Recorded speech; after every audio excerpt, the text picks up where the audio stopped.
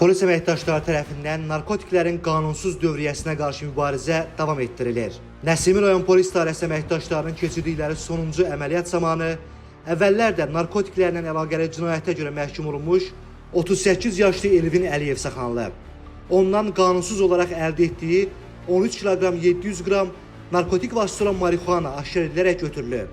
Saxlanılan şəxs ifadəsində narkotik vasitələri sosial şəbəkədə tanış olduğu şəxsiyyəti istintaqla araşdırılan İran vətəndaşı vasitəsilə əldə etdiyini və hissələrə ayıraraq paytaxt ərazisində müxtəlif ünvanlara çatdırmağı planlaşdırdığını bildirib.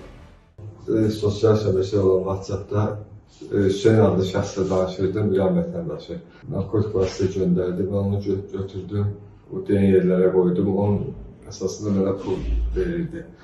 Faktla bağlı başlanan cinayət üzrə istintaq araşdırmaları davam etdirilir.